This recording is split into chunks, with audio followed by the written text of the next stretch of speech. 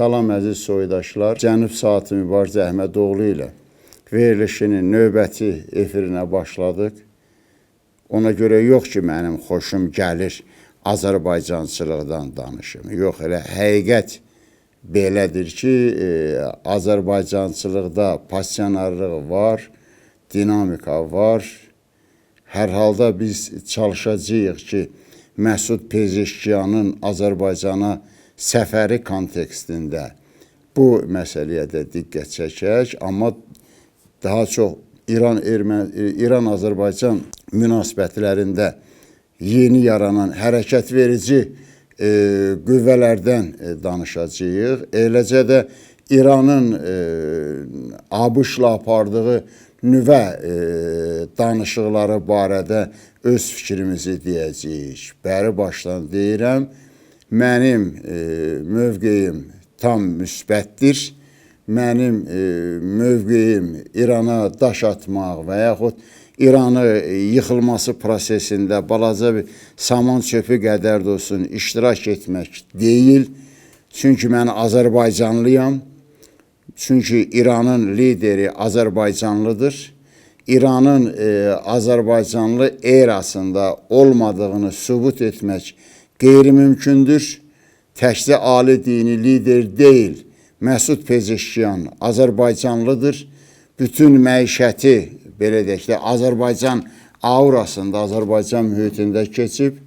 İranın silahlı qüvvələrinin ali baş komandanı və yaxud qərargah rəisi Məhəmməd Hüseyn Baqiri Azərbaycanlıdır, Təbrizlidir.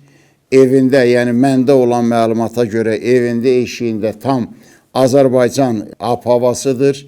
Eləcə də orada olan rolu prezidentin və yaxud ali dini liderin rolundan əskik deyil. Bəlkə də ali dini lider özünün ən vacib məsələlərini ona etibar eləyir.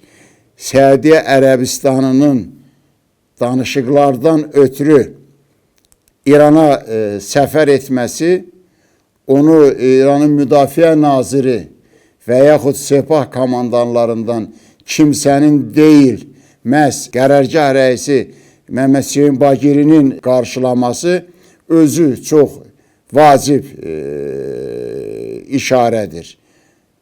Mən özümü Azərbaycanlı hiss edirəm.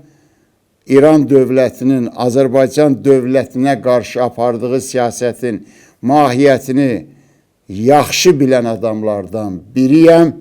Bu münasibətlərin kökünü İslam inqilabından başladığına, bəlkə də İslam inqilabının əsas səbəbinin məhz İran-Azərbaycan, İran-Şurəvi, İran-Sovet İttifaqı münasibətləri olduğuna tam inanımı olan adamam. O dövrdə də İrandan durub baxanda Sovet İttifaqının sifəti, siması, danışan dili, vuran qolu, düşünən beyni Ulu Öndər Heydər Əliyev idi. Ona görə Azərbaycançılıq hər şeydən öndə olmalıdır. Mən bir dənə olsun İranın ali rəhbərinin apardığı siyasətə əyri söz deyə bilmərəm. Onun ətrafında gedən proseslərdən də müəyyən qədər anlağı olan adamam, mümkün qədər çalışacağım, kömək eləyim. Məhz ona görə ki, o Azərbaycanlıdır. Dünyada olan böyük Azərbaycanlılardır. Mən də Azərbaycanlıyam. Balaca da olsa belə deyək də, özümü Azərbaycanlı hiss edirəm. İranın ali dini liderin ətrafı bunu aşkar şəkildə bilməlidir. Heç bir iki iynəli, üç iynəli, iki başlı, üç başlı söz danışmayacağıq. Keçirik əsas məqsədə. Pezeşkiyanın Azərbaycana səfəri zaman keçdikcə açıqlanacaq. Amma o İslam inqilabından danışdığım üçün birinci növbədə o məqamlara gedib çıxmaq istəyirəm ki, Pezeşkiyanın Azərbaycana səfəri İranın fars, çürük, faşist elitasının ifşası oldu. Pezeşkiyan prezident seçildi. Ne üçün prezident seçildi? Ne üçün əvvəl ali rəhbər onu prezidentliyə buraxmadı? Sonradan buraxdı. Bunlar özü də uzun bir məsələdir. Amma fakt budur ki, bu adam evində danışdığı dildə elə həm kəndlisini, həm şəhərsini görəndə onunla danışan kimi İran mətbuatı Türkiyə ilə Türki qafiyəsini ortalığa gətirirdi. Deyirdilər İran bu dövlətdir, onun rəsmi dili fars dilidir. Yəni deməklərindən belə çıxır ki, Rusiya dövlət deyil. Rusiyanın prezidenti Putin yaxın 10 gün ərzində rəsmi qəbulda 2 dənə xarici dildə danışdı. Ərəb əmiri, Qətər əmrini qəbul edərkən ərəbcə salamlaşdı və əlavə artıq bir-iki kəlmə söz dedi. Ondan biraz əvvəlsə Almaniyadan gələn jurnalistlərlə, o jurnalistlərin içərisində Almaniyadan gələn adamla görüşərkən Alman dilində danışdı. Bəli, ola bilər kimsə desin ki, Alman dili Putinin doğma dilidir. Yəni ailəvi Almaniyada yaşayıb. KGB zabiti olub, orada yaşayıb. Tutaq ki, bilir. Putin çox şey bilir. Hər bildiyi şeyi asır ortalığa.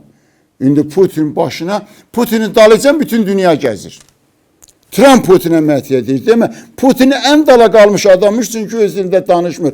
Ən ağıllı adam fars, çürük şovinistiymiş, çünki öz dilini qoruya bilir. Harada qoruyursan? Yəni Pezeşkiyanın səfərində bütün ab-havanı müəyyən eləməyə çalışanlar bunlar idi. Amma Pezeşkiyanın səfəri İranda sağlam ab-havanın üstünlük götürdüyünü göstərdi və mən elə başa düşürəm, İnşallah ümid eləyək ki, bu elə axıra qədər də belə gedəcək. İranın xilası Azərbaycandır. Mən Azərbaycanı, öz Azərbaycanımızı tərifləmək üçün demirəm. Yeganə dövlətdir ki, Azərbaycan, İranın onunla şərikli nefti var. Hansı ki, bu sanksiya heç cürə uyğun gələ bilməz. İran, Azərbaycan yeganə dövlətdir ki, İranın onunla şərikli qazı var. Bu da sanksiya uyğun gələ bilməz və yaxud qaz imkanları var. Mənəmi bu, qaldırın interneti, görün, mən neçə dəfə demişəm ki, ayran, laldır, məhcək qazı ver bizə. Azərbaycan cəmiyyətinin, Azərbaycan xalqının illik qaz istehlakı 12 milyard kubmetrdir. Biz evimizdə, məişətimizdə, elektrostansiyalarımızda sizin qazı işlədək. Əvəzində artıq qalan qazımızı da sataq xarici. Avropa bizdən qaz istəyir. Avropa bizi qaz üstündə öldürən vaxtı olub. Yaxşı mənada deyirəm də. Amma bu işin bir tərəfində Azərbaycandır deyə İrandakılar buna imkan vermədi. Bizə mi zülm elədiniz? Azərbaycan dolanır. Amma gedin öz xalqınızın dolanışına baxın. Azərbaycana 1 santimetr pislik olacaq deyə öz xalqınızı 5 metrə, 10 metrə zibilin içinə salıbsınız. Yayda kondisioner işləmir, qışda istilik sistemi işləmir. İndi dünən qərar qəbul ediblər ki, Traseka proqramında Azərbaycandan demək marşrut, İrandan gələn marşrut Azərbaycan vasitəsilə Gürcistan arasından keçsin. Sizin baxın görün neçə dənə ekspertiniz sübut eləməyə çalışıb ki, İran üçün Ermənistandan keçib Gürcistana getmək daha faydalıdır, nəinki Azərbaycandan. 2014-cü ildə Başqırdistanın paytaxtı Ufada demək Avrasiya İqtisadi Birliyinin, Şətin və KTMT-nin səhv eləmirəmsə birgə tədbiri keçirildi. Serj Sərkisyan Ermənistanın prezidenti idi. Serj Sərkisyan İranın məmuru kimi danışdı. Da bunun artıq Ermənistan neyin əməlidir ki? Və niyə çəkə bilmədiniz Ermənistanın avtomobil yolunu? Bəs niyə çəkə bilmədiniz Ermənistanın dəmir yolunu? İlham Əliyev 2003-cü ildə Azərbaycanda prezident seçilənən bir neçə ay sonra Şimal-Cənub marşrutunun Astara variantını ortalığa qoydu. Yəni, buradan keçə bilər. 15 ilə yaxın siz vuruşdunuz ki, Azərbaycandan keçməsin. Desiniz, İrandan keçəcək, Ermənistandan keçəcək. İran prezidentləri içərisində Azərbaycanla ən yaxşı, ən sağlam münasibətdə olan Ruhanidir. Ruhani ona o məsələyə girişə bilmədi. O da dedi ki, avtomobil yolda, dəmir yolda İran üçün Ermənistan ərazisindən keçəcək. Bu, o Ruhani idi ki, Astrada Azərbaycana 15 hektar torpaq verib. İran torpağını Azərbaycana verib. Siz başa düşürsünüz, nədir? İranın torpağının hamısını erməni yaparsın, İran gedib o torpağı yalayacaq, müqəddəsdir. İranın bugün başında oturan bir dəstə adamın dədəsi, babası o dində olur. Azərbaycana 15 hektar, onun ötürü Ruhani öldürülür. Ondan ötürü Ruhanini öldürürlər. O neft, qaz müqavilələrini də Azərbaycanla bağlayan Ruhanidir. Hətta o deyə bilmədi ki, şimal-cənub marşrutu Azərbaycandan keçməlidir. O vaxt dedi ki, onda artıq Amerikanın sanksiyaları tam belə işte hər yeri, hər yolu bağlamışdı. İndi bugün Pezeşkiyan çox mütərəqqi ideya ilə gəldi, amma İranda nəyi yatıblar ortalığa? Güya Pezeşkiyan getdi Azərbaycana dedi ki, sənin torpağın mənimdir. Yaxşı, gəlin deyək, bu iki dövlətin torpağı elə bir-birinindir. İndi gəlin baxaq. Elə yekə-yekə danışırsınız. Siz Farsların İran adlanan torpaqda son 5000 ildə nə qədər hakimiyyətdə olduğunu sayın qoyun ortalığa. Erməni sizə deyəcək, yox, Sasani hökuməti mənimdir. Bugün erməninin 5000 illik tarixi barədə dediklərin əksəriyyəti Sasani dövrüdür. Sasani şahlarının sarayında ermənilərin çıxartdığı oyunlar rəsmiləşib, sizinkilər rəsmiləşməyib. Amma Azərbaycanın orada hakimiyyətdə olduğu dövrlər tərtəmiz gül kimi aydındır, bəllidir ki, bu Azərbaycanındır. Utanın. Türkmənistan, yeri gəlsə Ərəb, yeri gəlsə Bəluç, Kürd, Azərbaycanlı yığışıb mədəniyyət yaradı burada. Deyirsiniz bizim mədəniyyət. Pezeşkiyan getdi, Azərbaycanı dağıdacaq. Pezeşkiyanın Azərbaycana səfərində bayaq dediyim kimi o Traseka xətti ilə İran, Azərbaycan, Gürcistan avtomobil yoluna baxın və axtarın o yolun əleyhinə rəy verən siyasətçiləri tapın, göndərin Kişi adasına, siyasətdən uzaqlaşdırın. Onlarla zəncirin qıran kimi yenə İran-Azərbaycan münasibətlərinin üstünə düşəcək. Siz görəcəksiniz ki, 20 il siz nədən geri qalmışsınız, öz xalqınıza zülm eləmişsiniz. Təbii ki, İran-Azərbaycan münasibətlərində Pezeşkiyanın səfəri çox vacib mərhələdir. Bu, ümumiyyətlə, İranda belə deyək də, etniki proseslərə uzun illər boyu yeni məcra verən səfərdir. Mən elə başa düşürəm, İranda kimsə əgər bundan da sonra radikal şəkildə Fars-Azərbaycan danışığına istinad edəcəksə, elə İranın öz içindən ona ciddi zərbə vurulacaqdır. Qaldı ki, İranın nüvə danışıqları, yəni mən o dəfə də dedim, indi də deyirəm, ola bilər, indi deyəcəklərimdə əsas ana tezislər dəyişməsin, yeni argumentlər, yeni faktlar əlavə olunsun. Amma doğrudan çox böyük bədbəxtçilikdir ki, İranın nüvə danışıqları konsepsiyası yoxdur. İranın nüvə danışıqları ilə bağlı davranış paradigması heç ümumiyyətlə yaxınlığa gəlmir, konsepsiya heç belə ucu görünmür. Amma bu İranın taleyini həll edir. Yeganə danışıqlardır ki, indi başlanan danışıqlar, yeganə danışıqlardır ki, bu dayanmayacaq. Bu İranda nəticə yaradandan sonra dayanacaq. Çünki mən sizə o dəfə dedim, Səudi Ərəbistanı məhz bu danışıqlar dövründə ortalığa qoydu ki, İsrail regionda hegemon ola bilməz. Amerikaya da sözünü deyib. Səudi Ərəbistanın o mövzuda əsas intriqası ABŞ-ladır. ABŞ prezidenti Trump yaxında Səudi ilə bağlı 3 tezis ortalığa qoydu. Səudi Ərəbistanı İbrahim müqavilələrinə qoşulacaq, Səudi Ərəbistanına ilk səfər edib istənilən səviyyədə əlaqələrimizi normallaşdıracaq, Səudi Ərəbistanı İsraillə münasibətlərini normallaşdıracaq. İndi siz burada İranın yerini görün. İsrail dözür. Çünki İsraillə Qəzza məsələsində də Amerikanın dediyinə qulaq asılır. Axırı da nədir, indi görürsünüz. Səudi Ərəbistanda çox əla surətdə İrana sübut edə biləcək ki, sənin Qəzzada gördüyün işlər məhz Fələstin əleyhinə idi, müsəlmanların əleyhinə idi. Səudi Ərəbistanın lap yaxında elə Ermənistanın, İranın Ermənistanla keçirdiyi hərbi təlimləri göstərə bilər. Nədən də başımız çıxmasa, Quranı oxuyanlarımız var. Siz görəcəksiniz ki, Quranda eyni tutaq ki də negativ fonda Yahudi sözü nə qədər hallanıbsa, elə Xristiyan sözü də bir o qədər hallanıb. Yahudi ilə düşmən olmaq, Hristiyanla dost olmaq mümkün deyil. Ortabab siyasət aparmaq mümkündür. Amma sən gəl denən, mən müsəlmanların əlində Hristiyanı xilas eləyəcəm. Bu zərrə qədər işə yarayan məsələ deyil. Səudiyyə Ərəbistanına qarşı çox dolayısıyla yolla mübarizə apara bilər. İslam Əməkdaşlıq Təşkilatında məsələ qaldıra bilər. Doğrudan da İran dərhal cəzalanır. Niyə görə sən Ermənistana deyək ki, Xristiyan dövlətinə yardım eləyirsən? Çox maraqlı da paradoksal vəziyyət yaranıb. Elə İranın nüvə danışıqlarına qədər. İndi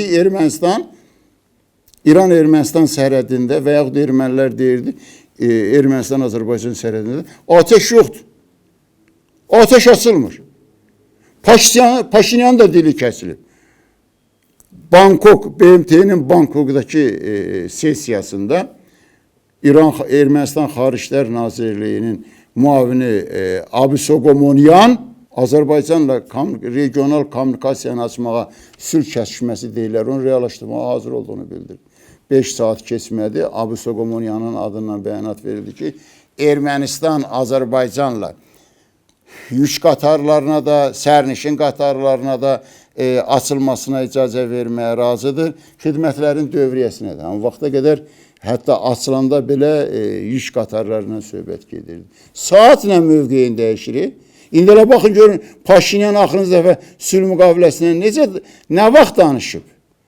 İranın Ermənistandakı səfirini axtarın, görün Ermənistanda nə vaxt səsini çıxardıb axırıncı dəfə? Belə alınır ki, İran danışdırılmış da bunları Azərbaycanın əleyhinə gəl sülh müqaviləsi imzalayaq, Azərbaycanın maraqlarına uyğun olmayan gəl sülh müqaviləsi imzalayaq. Nə var, haçansa da İran Ermənistan bəhanə axtarsın, regiona müharibə gətirsin. Regionda müharibə lazımdır. Çünki bununla da Amerikanın müharibəsini İran 5-6 ay yubada bilər. İndi həmin atəş səsləri Pakistanın Hindistanın sərhədində eşidilir. Arasında eşidilir. Əraksı da gedir ora. Getdi, yenə gedəcək. Eşidirsinizmi? Bir dəstə adamdır, oturub orada elə başa düşür ki, Sepahçıdır, oturub orada elə bilir ki, bunların elədiyindən heç kəsin xəbəri yoxdur. Ermənistan getdi. Ermənistanla bağlı gördüyünüz işlər Rusiyanın əleyhinədir. Amma Rusiya sizin üçün indi ən həyata vacib dövlət idi. Rusiyanı rədd edirsiniz, özünüz bilərsiniz. Biz Rusiyanın vəkili deyilik, nə də Rusiyanın adından danışası deyilik. Bizim Rusiya-İran münasibətlərinə mövqeyimiz bəllidir. Ölkənin yəsi var, ölkənin prezidenti var. O cümlədən regionda baş verən çox proseslər məhz onun adı ilə bağlıdır. İlham Əliyev Azərbaycan, Rusiya, İran prezidentlərinin sammitini ortalığa qoydu. Avrasiya formatında bir proses idi. Məqsəd nə idi? Məqsəd o idi ki, İranla Rusiya arasında Azərbaycan üzərində olan tarixi proseslər məhz dinc yolla həllini tapsın. İlham Əliyev öz gücünə arxayın edir. Siz isə gedib deyirsiniz ki, Ermənistan mənimdir. Ermənistanı Rusiyanın təsir zonasından çıxardacam. Qafqazda vaxtilə İran dominant olub, indi Rusiya dominant. O gün deyirlər Putinin Kremldəki evin içində Çar 3-cü Aleksandrın şəklidir. Mən sizə demişəm, Gilmorda gərək ki, ABŞ-ın səfiri Stalinə deyir, axır ki, Avropaya girdiniz 45-ci il Yalta konferansında. Stalin qışqırır, yox, bu Avropaya girmək deyil. 3-cü Aleksandrın qoşunları Parisdə idi. O, Parisə qoşun yeridən Çarın şəkli idi. 3-cü Aleksandrın İrandakı işlərindən danışında, elə Avropada vəziyyət gərginləşdi deyə Tehranın qulağının dibindən qoşunları çəkdi. Bəlkə İran Ermənistanı götürüncən bir beynindən keçirsin ki, Rus qoşunları gedib orada dayanacaq. Bəlkə elə İran içində bir dəstə adamdır, ələ alınıb ona görə Ramzan Kadyrovu çağırırlar. Ramzan Kadyrov İranın içərisinə talışlardan ötürü, talış separatçılarından ötürü İranın içinə girən kimi buradan daldan biri desin ki, Ramzan, Ulu Babonun xalası nəvəsinin, bibisi qızının oğlu orada filan yerdə dəfn olunub. Hələ gergə duranda özümüzünkiləşdirib müqəddəsləşdirə bilərsənmi? Slavyanlar üçün, pravoslavlar üçün. Bu yoxdur olar. Rusiya düşməndir. Bir tərəfdən İranla oynayır, bir tərəfdən Rusiya ilə oynayır. Başa düşürmürsən bu nə nüvə danışığı aparır? Çin yoxdur. Çin İranı müdafiə edə bilməz. Çin ABŞ-la birbaşa müharibə vəziyyətindədir. Çin birbaşa müharibəyə yönəlib bunu gözləyir. Amma Çin ABŞ-dan dolayısı müharibə hazır deyil. Çinin dünya görüşünə görə ABŞ Çinə İran vasitəsilə müharibə sala bilər. Ona görə İranı özündən uzaqlaşdırır. İran-Çin münasibətlərinə siz diqqətlə baxsanız, bunun aydın belə deyək, yəni nəticəsini görmüş olacaqsınız. Əlbəttə, bütün bunların hamısı dünya miqyasında Azərbaycanlıların rolunun artdığını göstərir. İndi mətbuata çıxır. Görürsünüz ki, dünyada Azərbaycanlılar nə qədər vacib mövqeydədirlər, nə qədər vacib yerdədirlər. Son dövrlərdə ABŞ-ın bir-iki universitetində və yaxud digər təşkilatlarında, Böyük Britaniyanın bir neçə universitetində elə Allahın köməyi ilə birdən-birə Azərbaycanlıların bir aktivliyi yarandı. Allah eləsin, bunu daimi davam elətdirək. Bütün diasporada olan Azərbaycanlılar hökmən nəsə bir mərkəz yaratmalıdırlar. Hökmən bir nəyisə müzakirə etməlidirlər. Bizim də səyimiz onun üstündədir inşallah. Çünki ən azı, hətta mən deyərdim, dünya Azərbaycanlıları informasiya baxımından birləşdirən bir platformalıdır. Saytlar, mətbu orqanları, televiziyalar nə qədər çox olsa bir o qədər yaxşıdır. Mənim bu dəfə sizə deyəcəyim bu qədər. İnşallah ümid edirəm ki, Allahın köməliyi ilə gələn həftə yenə sizinlə görüşə biləcəyim.